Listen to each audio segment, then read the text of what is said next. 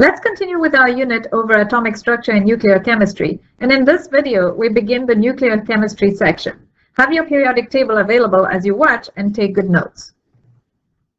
As the word implies, nuclear chemistry is the study of the structure of the nucleus. So we focus on changes happening in the nuclei of atoms, which contain the protons and the neutrons. Some terms specific to nuclear chemistry. Radioisotopes. Many known isotopes are radioactive. They are isotopes of atoms with unstable nuclei, which means they have too many or too few neutrons. As a result, they undergo radioactive decay. Radioactive decay happens when unstable nuclei naturally break down into smaller elements and emit particles or energy in the form of radiation in order to become more stable.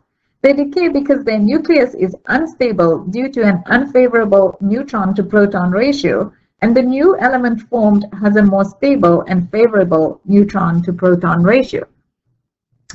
In nuclear chemistry, an isotope is referred to as a nuclide and is identified by the number of protons and neutrons in the atom's nucleus. Transuranium elements are elements above atomic number 92, so past uranium on the periodic table. Uranium is over here, so all these elements here and here are transuranium elements.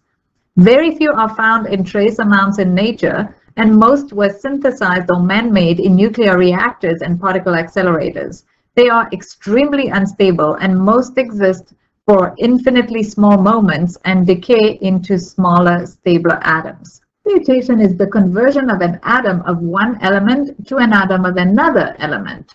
Transmutations can occur spontaneously in radioactive decay, or they can be induced when high-energy particles are bombarded into the nucleus of an atom. An unstable nucleus decays when its nuclear configuration is not stable. There is an unfavorable proton-to-neutron ratio. That is, it contains too much energy. The decaying nucleus emits energy as particles and rays and transmutates or decays into a more stable, different element. There are many types of decay, and we will look at them in the next slides. First, we have alpha decay. The nucleus ejects an alpha particle, which is a helium nucleus. You do need to be familiar with what an alpha particle looks like. You need to know the symbol, and you need to know that it looks like this. So let's take a look at an example.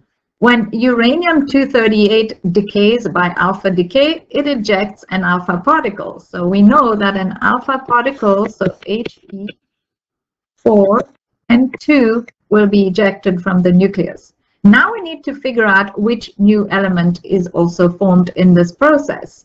So in order to do that, we have to know that the mass number and the atomic number are conserved on each side of the arrow. So if we start with uranium-238, the mass of uranium-238 is 238. So if we have a mass of 4 here already, the mass of our new nuclide will have to be 234 to get a total of 238. Then I look at the atomic number. I have 92 on the uranium side, and I have a 2 over here on the helium.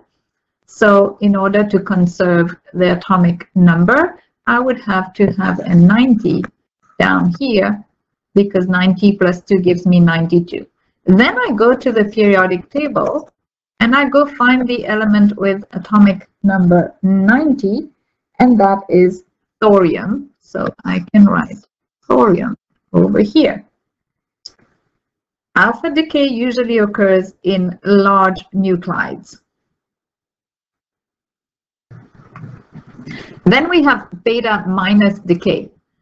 Beta minus decay happens when a neutron in the original atom decays to form a proton and a high-speed electron. Again, you have to know the symbol for beta minus. You have to know what the particle looks like, and you have to be able to write it. A beta minus particle is a high-speed electron.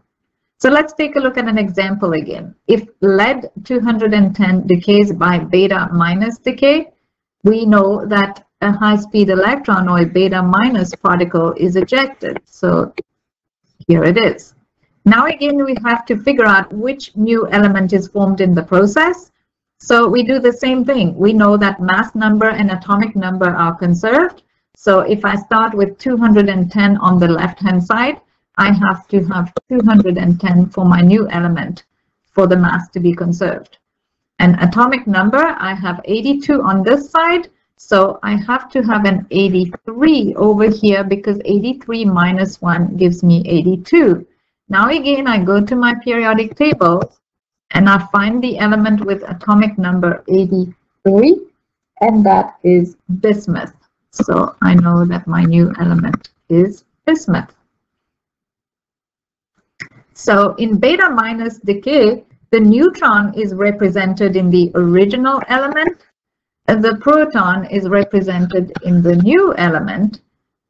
The overall result is that the nucleus gains a proton and a beta minus or high-speed electron is released. This type of decay happens in neutron-rich nuclides, which means the number of neutrons was bigger than the number of protons, and a neutron becomes a proton. Beta plus decay. This time a proton in the original atom decays to form a neutron and a high-speed positron. So there's the symbol for beta plus decay. This is what the particles look like. You do need to know that. And let's take a look at an example again. Nitrogen 12 decays by beta plus decay. So I know that a beta plus particle is ejected from the nucleus. I have to figure out what new element is formed. So mass is conserved. So over here I will have a 12 because 12 plus 0 gives me 12. On the bottom for the atomic number, I have a 7 for nitrogen. So I have to have a 6 because 6 plus 1 gives me 7. I go to my periodic table and I find element with atomic number 6, and that is carbon. So my new element formed is carbon. So the proton this time is represented in the original element, the neutron in the new element, and the overall result is that the nucleus gains a neutron and a beta plus particle or high-speed positron is released. This type of decay occurs in neutron poor nuclides, which means there are more protons than neutrons, and a proton becomes a neutron. Gamma radiation.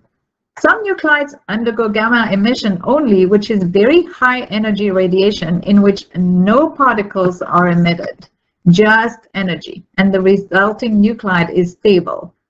Many alpha and beta decays also release gamma radiation in the process, and gamma radiation, as we said, is pure energy, not a particle, so it does not have a mass and it will not be represented in the nuclear equation. Gamma radiation sheds excess energy from the nucleus. The characteristics of alpha, beta, and gamma radiation are summarized in this table. You do need to know the information in the table. Remember that an alpha particle is a helium nucleus. A beta particle can be a high-speed electron or a beta minus. And a beta plus particle is a positron looking like this. Gamma radiation is pure energy. It is not a particle. All three types of radiation contain a very large amount of energy capable of causing damage to body tissue and cells. So alpha radiation is the most massive. You can see that a helium nucleus is a lot larger than a high-speed electron or a positron. And we said that gamma radiation has no mass at all. Alpha particles will cause the most damage over a short range because it is bigger. However, it is the least able to penetrate surfaces and it is stopped by only a piece of paper. Beta radiation, being smaller, will cause less damage over a short range, but it is a lot more able to penetrate surfaces and it will be stopped by a thin sheet of aluminum foil, wood, or glass. Gamma radiation, which is not a particle at all, will cause the least damage over a short range, but it is the most able to penetrate surfaces, and it is stopped by a 1-inch thick sheet of lead or a foot of concrete. The charge on an alpha particle is +2 because it has 2 photons. The charge on a beta plus particle is +1, and on a beta minus particle is -1. Gamma radiation, not being a particle, does not have charge. The word fission means to break apart or to split. So nuclear fission occurs by the bombardment of large nuclides, such as uranium or plutonium, which are the fissile parent nuclides, with neutrons. For example, uranium-235 will split into several smaller daughter nuclides and also release more neutrons and a very large quantity of energy. If you have enough of the fissile nuclide present, the neutrons can sustain a chain reaction. So let's write that reaction down that is going on in the picture. We have uranium-235 with an atomic number of 92, and when it is bombarded with a neutron,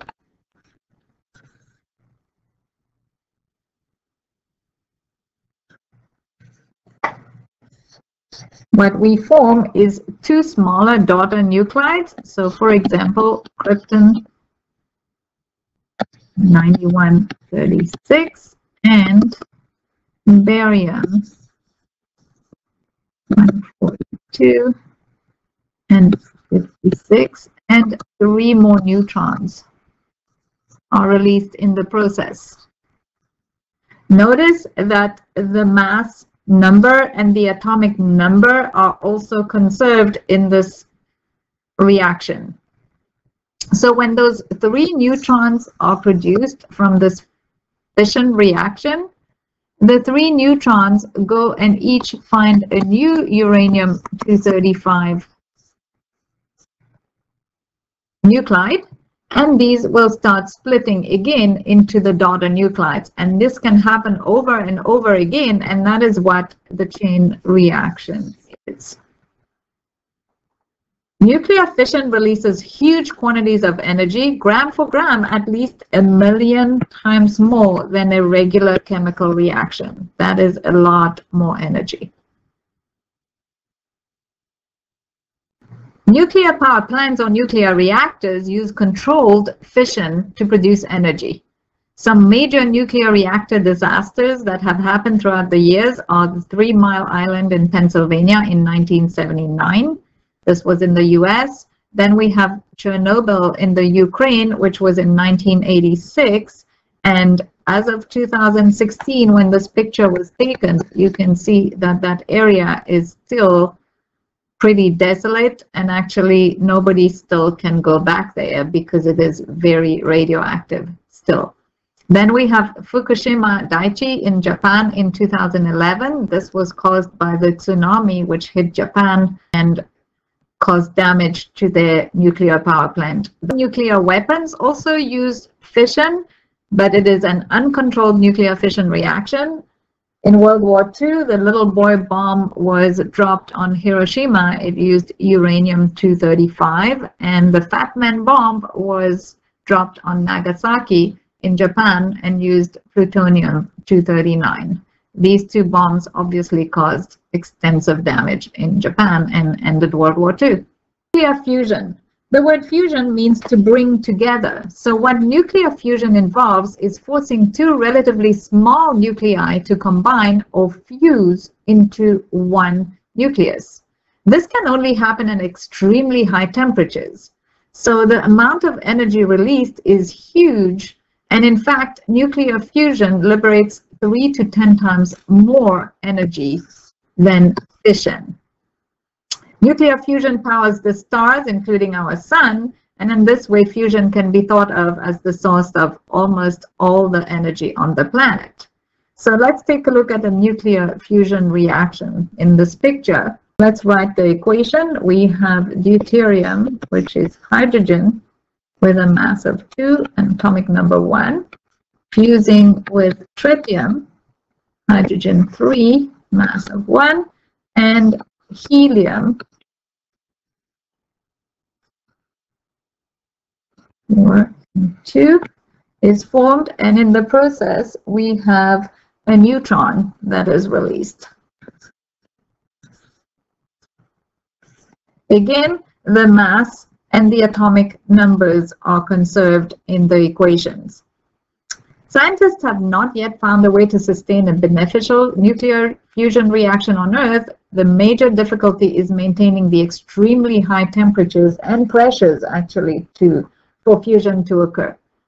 Modern thermonuclear weapons such as the hydrogen bomb actually use a combination of fusion and fission.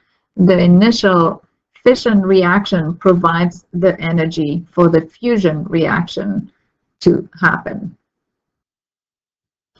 This concludes our unit. I hope you have taken good notes today. Come to class prepared.